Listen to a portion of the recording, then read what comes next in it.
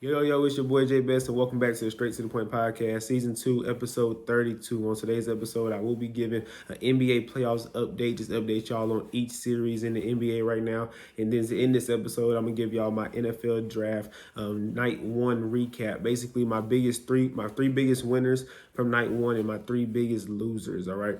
But first, as always, I want to thank God for waking me up this morning, allowing me to talk about sports, which is something that I love to do. Without him, I would not be here right now, right? So real quick, if y'all realize there's a difference in this video compared to the videos I've been doing recently, because the website that I use to do my episodes, StreamYard, is tripping right now. My camera won't show a picture, so I'm just gonna do it the old-fashioned way. This is how I did it in season 1 of the Straight to the Point podcast. I was just doing it off my camera app, just recording the video. So I'm gonna go back old school for a day until I figure out what's going on with StreamYard. But let's go ahead and get started today, man, with the NBA playoffs update. All right, so I'm gonna kind of quickly go through each series and tell y'all what's going on, who's up, and when is the next game. All right, first, unfortunately, we gotta talk about the Lakers and the Nuggets. All right, the Nuggets are up 3-0 over the Lakers right now, and Game 4 is tomorrow in LA. So the Lakers are facing elimination, will possibly get swept.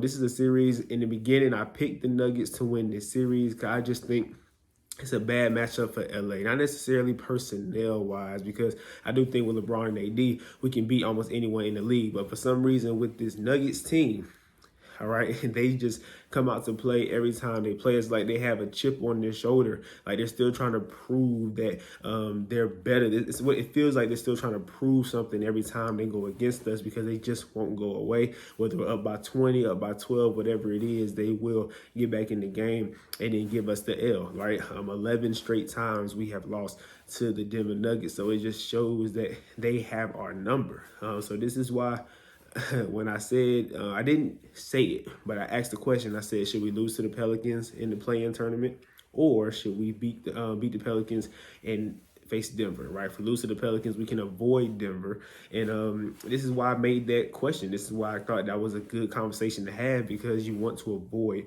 the Nuggets. And people said, look, I've heard somebody tell me that real winners don't lose for strategy, right? I've heard people say that, look, we're going to face whoever we got to face round one. It don't matter. But to me, at this point in LeBron James' career, what is he doing? He's chasing rings.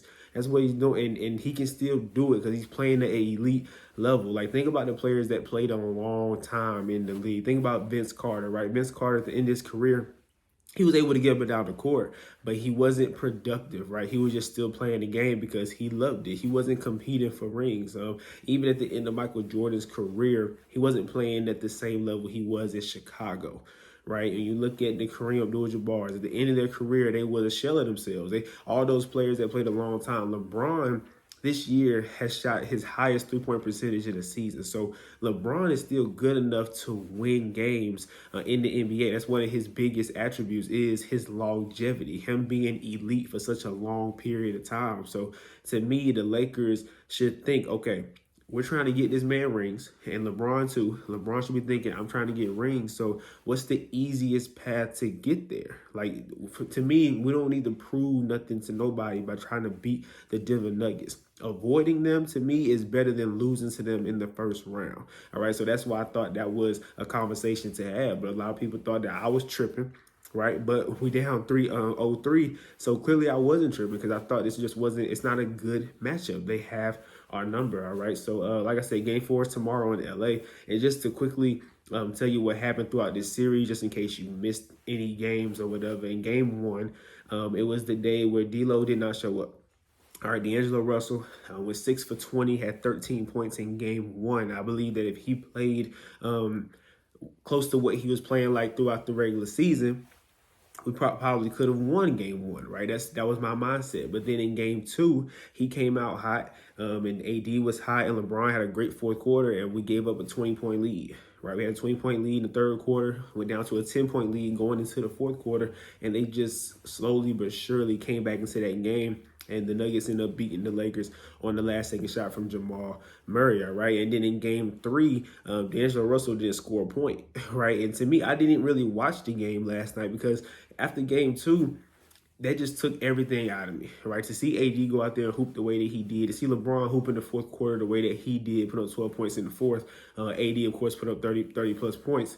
For us to have a 20-point lead and D'Angelo Russell to put up 20, for us to have a 30-point lead to 20-point lead and lose that game, that was demoralizing for me. At that point, I was like, look, we just can't beat these guys, period, point blank. It's not about what we did wrong in that game. It's just the fact that we just can't beat the Nuggets. Like, there wasn't something I could look at in game 2 and say, you know what, if we can fix that, we can win this series. No, the series was over after game 2 because you just can't play that well, be up by 20, and then still lose the game. As a Lakers fan, I knew it was over, and I want to say as Lakers players, you kind of say to yourself, man, we just can't beat these guys. You have to. Like, I think that's just human nature. I think everybody was thinking that after game 2. And in game 3, I barely watched it. I was going back and forth between the NFL draft and the game. I wasn't really that interested no more because I knew the series is over, whether we won last night or not. And then D'Angelo Russell gets 0 points. And there's footage of him on the bench on his phone while the Lakers are in a huddle. So the team is just torn to shreds. And I think game 2 really took everything out of them. Look, and honestly, nothing to be ashamed of.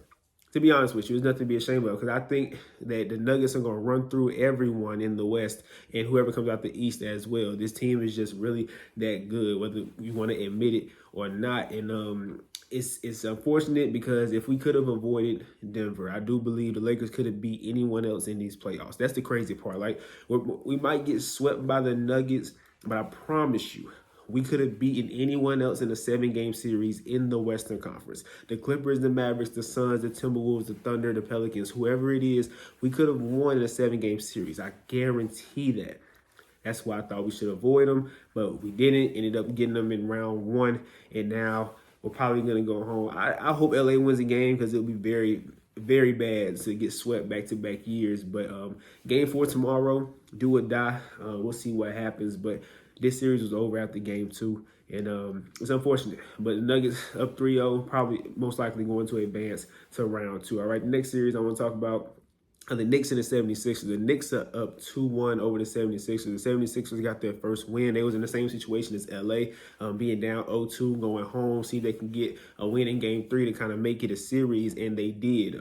They ended up winning yesterday. Joel Embiid put up 50 points, and he's battling injuries, all right? He has, not only has he had problems with his lower extremities, right, whether his knees or his ankles, but he also has a disease in his face. If y'all haven't heard about it yet, it's something palsy. I can't put my finger on the first word, but it's something palsy, and I think it's facial paralysis, right, where your face is paralyzed for a certain amount of time. He's going through that, and he's battling of course the lower extremity injuries. This guy just can't catch a break. Like, he's been hurt his whole entire career. But after game 2, so in game 2, whenever they gave up that lead with seconds left in the game, and it was kind of like to me, the way they blew that game in game 2 was worse than how the Lakers blew it, because they blew it in seconds. They blew that game in seconds. And of course, there were some fouls that wasn't called by the refs, but the Lakers blew a lead in the span of a quarter versus you blew a lead in the span of seconds. I think I thought that was very devastating for the 76ers. But after that game, Joel said that was unacceptable,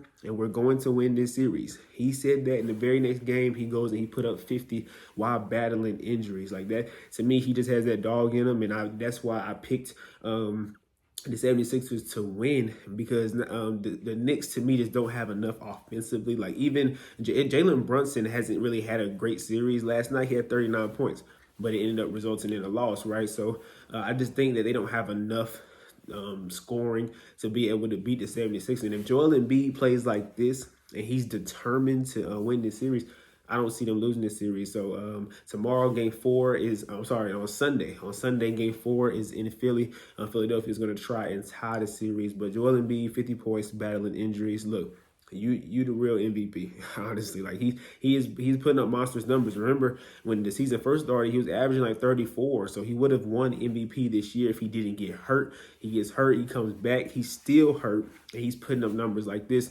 It's just greatness that we're witnessing right now from Joel Embiid. All right. Next series, the Cavaliers are up 2-1 over the Magic. Now, going into the playoffs, I think the Magic is probably the worst team in the playoffs right now. They had a great regular season. That's why their head coach is up for Coach of the Year, the Coach of the Year award. He's a candidate for it because they had a great season. But watching them in game one, because I did watch game one, they don't have scoring at all. Like, they cannot score the basketball. They can play defense, but they can't score. And in today's NBA, you have to be able to score. This is one reason why I don't really believe in the Knicks, because they don't have enough scoring. This Magic team don't have enough scoring at all. So they lost game one, lost game two. And in game three, yesterday, it was kind of during the draft in the 76ers game, so I didn't really pay attention to it, but they won by 38 points. So I don't know what happened with Cleveland yesterday in Orlando, but that was very shocking to see that the Magic not only won, but won by 38 points.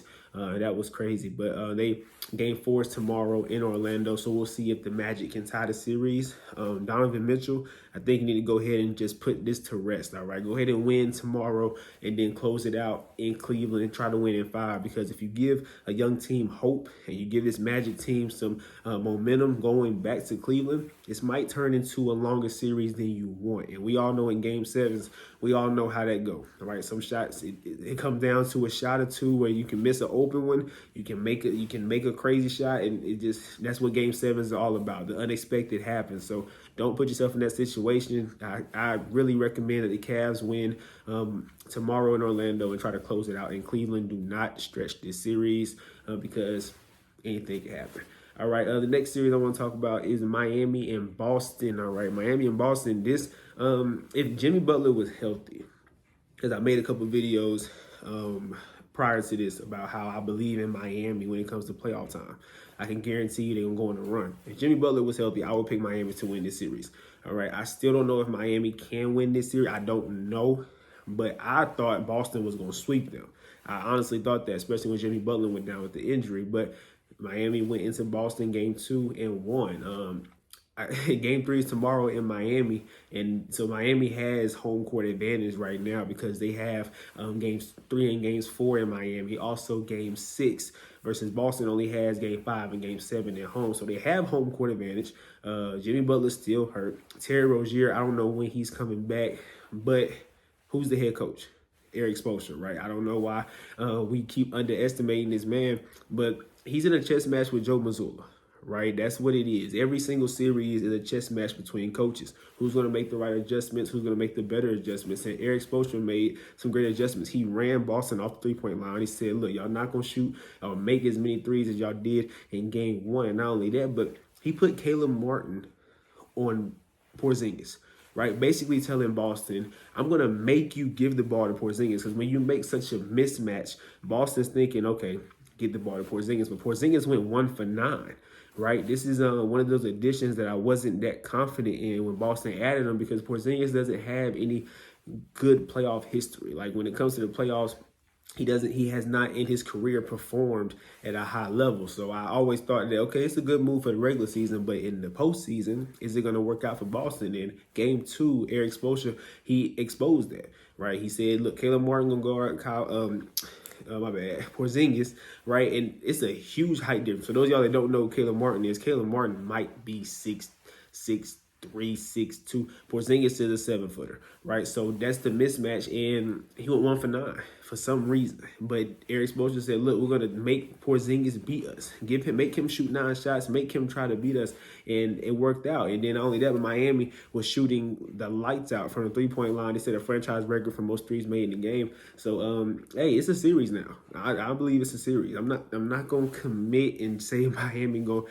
win this series. It's hard to say that up here. Like, I'm rooting for Miami, but it's hard to come out and say that on this podcast. For my credibility, it's hard to say that Miami is going to win this series. But hey, it's a series now, and I wouldn't be surprised if it goes 7 games.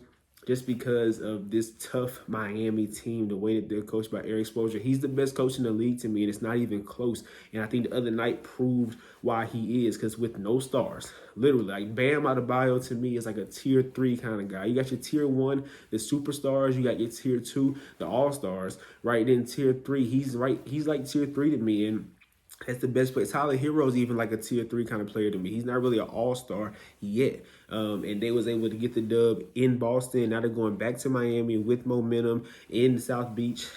Hey, Boston, just be careful. That's all I'm gonna say. I'm gonna say be careful. I'm rooting for Miami, but I do think Boston should still be able to pull out this victory in this series. If not, then some huge questions will be raised in Boston. All right, I think some jobs will also be lost in Boston, aka Joe Mazzulla. All right, the next series, the next series, the Thunder and the Pelicans. The Thunder's up 2-0 over the Pelicans right now. Game 3 tomorrow's in New Orleans. It's not much for me to break down in this series. I just think the Thunder is the better team. And in most series, when you have the best player on the court, the next best player is kind of like right behind them, right? Or not that far behind them. To me, Shea is the best player on the court by far, and it's not even close. Like Brandon Ingram is a shell of himself. He's not the same at all. There's no Zion Williamson, but even Zion was on the court. Shea and Zion, that's a big gap between the two. All right, but to me, the Thunder just a better team. To me, I said they would not make a playoff run because of how young they are, but they're playing another young team in New Orleans, and when it comes to young team versus young team, it's just whoever's better and whoever has the better players. And right now, Shea is just a better player by far. I think the Thunder gonna win this series. I think New Orleans might get a game in, maybe two, maybe, but I don't see this series going that deep. But I think the Thunder gonna go ahead and take care of the Pelicans in this series. Like I said, they just have the better players. All right. The next series, these next 3 series of the games are tonight. All right. Also during the draft. So I'm gonna once again be flipping back and forth between the two. The Timberwolves and the Suns. All right. This is a series that I got very excited for after game 1. All right. Because right now the Timberwolves are up 2-0 over the Suns. And game 1, Timberwolves came out hot. The crowd was in it. It was just electric in Minnesota. They won by like 20. And that was the game when Anthony Edwards talked trash. So I had made these videos on Instagram and even in my shorts. In my YouTube shorts, you can check that out right now on my account, on my YouTube page, sorry. But Anthony Edwards was talking trash to Kevin Durant. And I came out and said, look, KD, go drop 50. Go shut him up, right? Like to you, he's a little boy. To you, right? Not to me. I was in the videos I said, go shut that boy up. But to him, to Kevin Durant, Anthony Edwards is a little kid. Like, go shut him up. Go drop 50. Like, we know you can. If you're one of the best scorers to ever do it. But then in game 2, KD came out with the golden opportunity to shut up the most talked about player in the NBA right now. Everybody's talking about Anthony Edwards, about how he's Michael Jordan Jr., right? How he's little MJ. You had a chance to go and shut him up and kind of put your name back in relevance, to make your name relevant again. You only had 18 points, shot 6 with 15, 40% shooting. You had 30 points in the first game and had 18 in the second game. This shows me that when the pressure is on the Phoenix Suns, they don't respond. Kevin Durant, when the pressure is on you, you don't respond.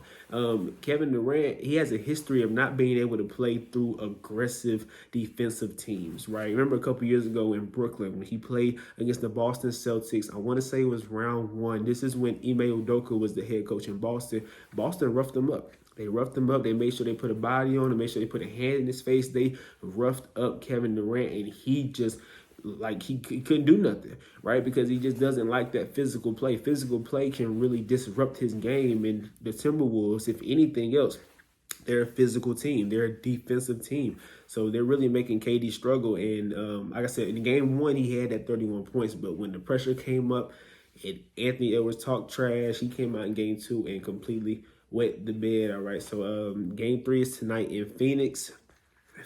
Phoenix got to win this game. It's a must-win, of course. Of course it is. Anytime you're down 2-0, it's a must-win. But especially in this series, you got to. Because if it goes back to Minnesota, I don't see Phoenix winning that game, all right? So, hey, if you go back to Minnesota 3-1, then I don't see Phoenix winning that game. So they got to win these next 2 games. KD, please show up.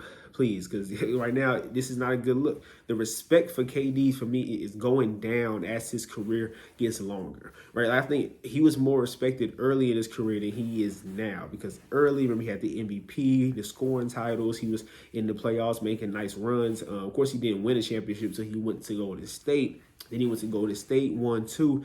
And the respect level started dropping because nobody respected him going to Golden State and doing what he did. Then as we keep going, he left Golden State, went to Brooklyn, did nothing. Then went to Phoenix. Well, it was injuries in there too, but nothing happened in Brooklyn. Nothing has happened so far in Phoenix. So KD, you got to do something, man. So if you want to save your legacy, because I feel like his legacy is going down the drain right now, you have to win this series. You have to at least show up. At least show up, and you can show up and lose, and we might give you just a little pass, but you need to win and put up numbers, all right? You cannot have 18 points in the playoffs, all right?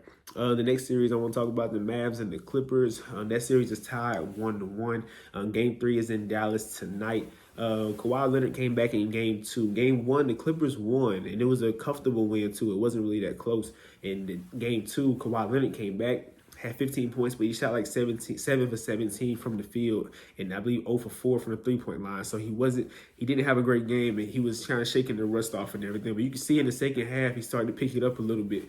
But Luka Doncic, man, 32 points, 9 assists. He's going to give you this on a nightly basis, all right? And I believe when he puts up these numbers, they always have a chance to win. And of course, I rock with Luka 100%, but I always doubt this team's success because it's just hard for me to see Luka and Kyrie working together, especially when they made that trade last year. I came out and made a video saying that was a stupid trade. You can't have two dominant ball handlers on the same team. Luka is the most ball dominant player I've seen in my life watching sports. Like LeBron James can play off ball. We saw it in Cleveland with Kyrie. He can play off ball, and we even see it now with AD. He can play off ball. Luka cannot play off ball. Luka needs to have the ball in his hands. He's going to make all the decisions. He's going to push the pace. He's going to get the assists. He's going to be the floor general. That's what he does. And I feel like Kyrie is best when he has the ball in his hands. So I didn't think it was going to work, but it has been working because Luka got 32, but Kyrie got 23. I think it's always going to be that. Even in the first game, Luka had 33 and Kyrie had 31. So they're finding a way to work together. And if they both can get it going, that's a lot of scoring that you got to make up for as the opposing team. So I think the Mavs are in this. The Mavs really have a chance to win this series, and I actually picked the Mavs to win this series, and I think they will win it.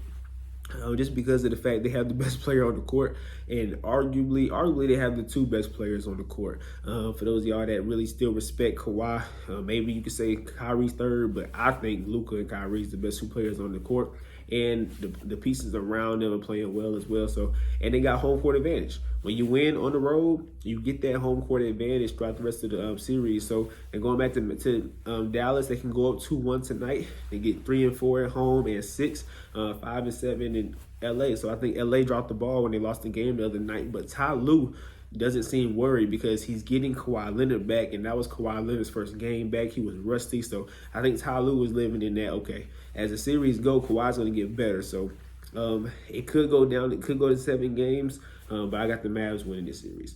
All right, the last series to talk about is the Pacers and the Bucks. All right, they are tied 1-1. Remember, Giannis is hurt right now. He's not playing. But Game 3 tonight is in Indiana. Indiana stole Game 2, but they didn't really steal it. They actually won it by they actually had a comfortable win. But I think the big problem in this series is Damian Lillard. Damian Lillard in the first half is averaging 30 points. I watched the first half of the first game, and Dame came out and lit he lit the Pacers on fire. He was hot from 3. He was getting to the rack, doing whatever he wanted. He had 30 in the first half. He's averaging 30 in the first half, but in the second half, he's averaging 4 points per game in both games. So he's turning up in the first half, and it's like he has no more juice in the tank for the second half, which to me is a problem, especially when you play a team with Pascal Siakam, he's averaging 30 as well. He's getting 36. He had 36 in Game 1 and 37 in Game 2. I didn't think Pascal Siakam was a good scorer like this. When you think about Pascal Siakam, does he have a signature move or a signature style of play? No. Pascal Siakam, he doesn't have a bag. I just don't see how he's scoring 30, but he is. And I think it comes down to Milwaukee's defense. They've been struggling all year playing defense. So if Pascal Siakam keeps scoring like this and they're going back to Indiana, at home, young players play better, like Tyrese Halliburton's, the Miles Turners, the players that they need to play better are going to play better at home. So the Bucks, to me, are up for a serious task with the Indiana Pacers. I still think the Bucks will come out on top. I don't know if Giannis can come back this series. I'm not sure about his injury status, but Dame, if you go turn up in the first half, you got to turn up in the second half. It's as simple as that. But I do think that the experience of Milwaukee is going to give them a W in this series. But Indiana putting up a fight, and right now Indiana has taken home court advantage because they won in Milwaukee.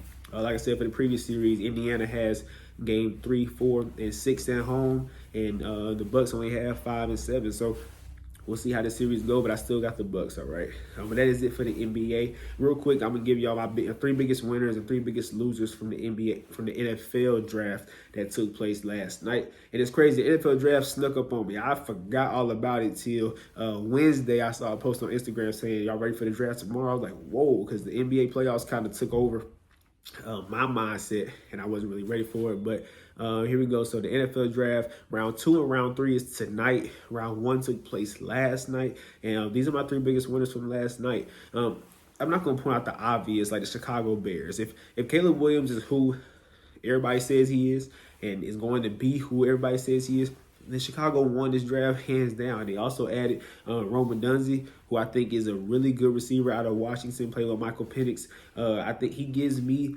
Jamar Chase vibes, right? That's what he gives me when I watch him. So I think that if Rome Odunze lives up to the hype and Caleb Williams lives up to the hype, they're going to be putting up crazy numbers this year because you have Caleb Williams, you also have Keenan Allen, you have DJ Moore, and now you have Rome Odunze, right? So your receiving core is stacked. If Caleb Williams is that guy, then you have a quarterback now. But the O-line is going to be the real serious question. So we'll see how that goes. But if you can give Caleb time, they might be a good team to watch this year when it comes to putting up points. Now, do I think they're going to make the playoffs, anything like that? I'll discuss that later. I'm not going to give you all that right now. I'll discuss that later. But, hey, if Caleb Williams is that guy, that generational talent, then they won a draft. But I'm going to go deeper and give y'all 3 winners besides Chicago. All right? Sorry, y'all, my allergies. If y'all hear my voice getting all nasally and stuff because of my allergies. But the Patriots, to me, is one of the winners from last night. Drake May, I watched North Carolina almost all year. Right, I'm a North Carolina basketball fan, college basketball, and I just started coming around to North Carolina football. And big parts of Drake May has a big role in why I watched North Carolina. All right, Drake May drew my attention from seeing him a couple times, and I watched the full season. He is a talented thrower of the football. All right, I see him throw the ball with left hand, see him throw with his right, see him throw it out the pocket, in the pocket. There's not a throw that he cannot make.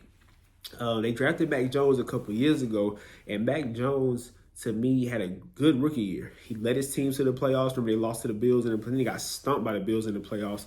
But the next year, remember, he didn't have any. They didn't give him any offensive coaches. Remember, it was all defensive coaches that was coaching that team. They had Matt Patricia as the OC. Like it was.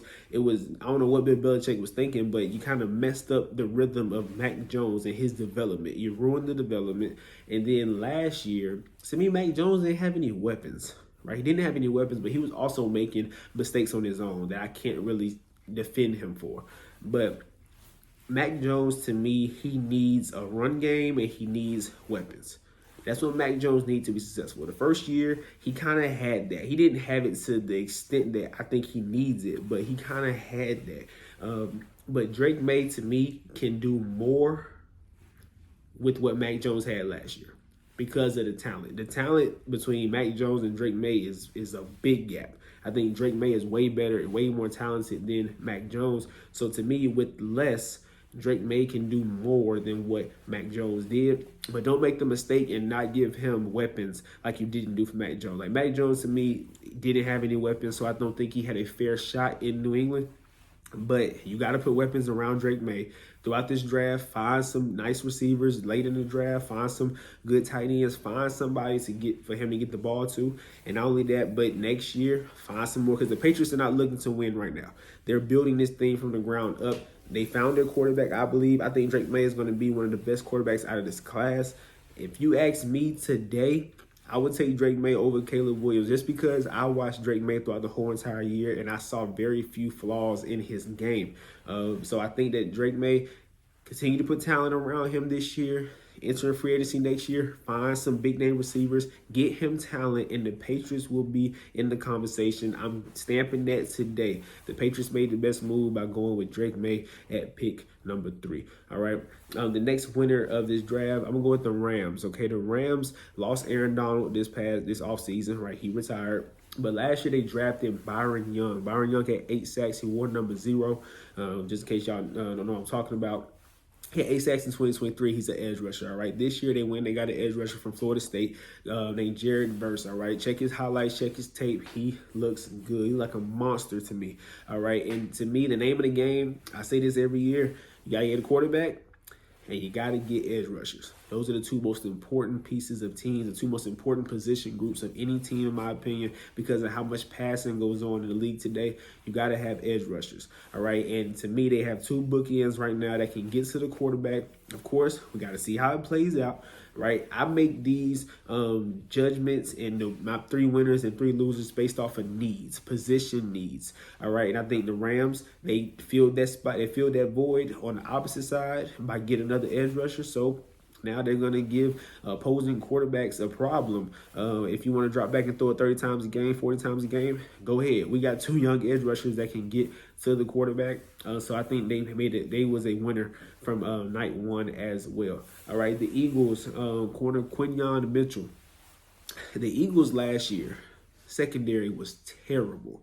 Horrible. To me, this was a huge need, and they addressed it. I believe in the first round, you have to address needs, not wants, but needs. Remember last year, I picked the Atlanta Falcons as one of my biggest losers because they drafted Bijan Robinson. They did not need Bijan Robinson because the year prior to that, they had Tyler Algier, Cordell Patterson, 1,000-yard rushing offense. They didn't need that, right? They could have got a defensive player that they desperately needed, but they went and got Bijan Robinson.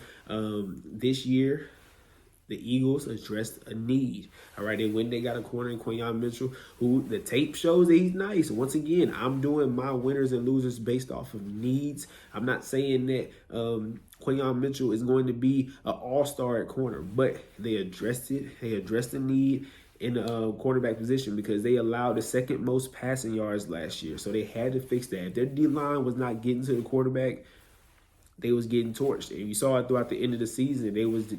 Baker Mayfield had a field day against them in the playoffs because their corners just simply couldn't cover. Darius Slay and James Bradbury disappeared.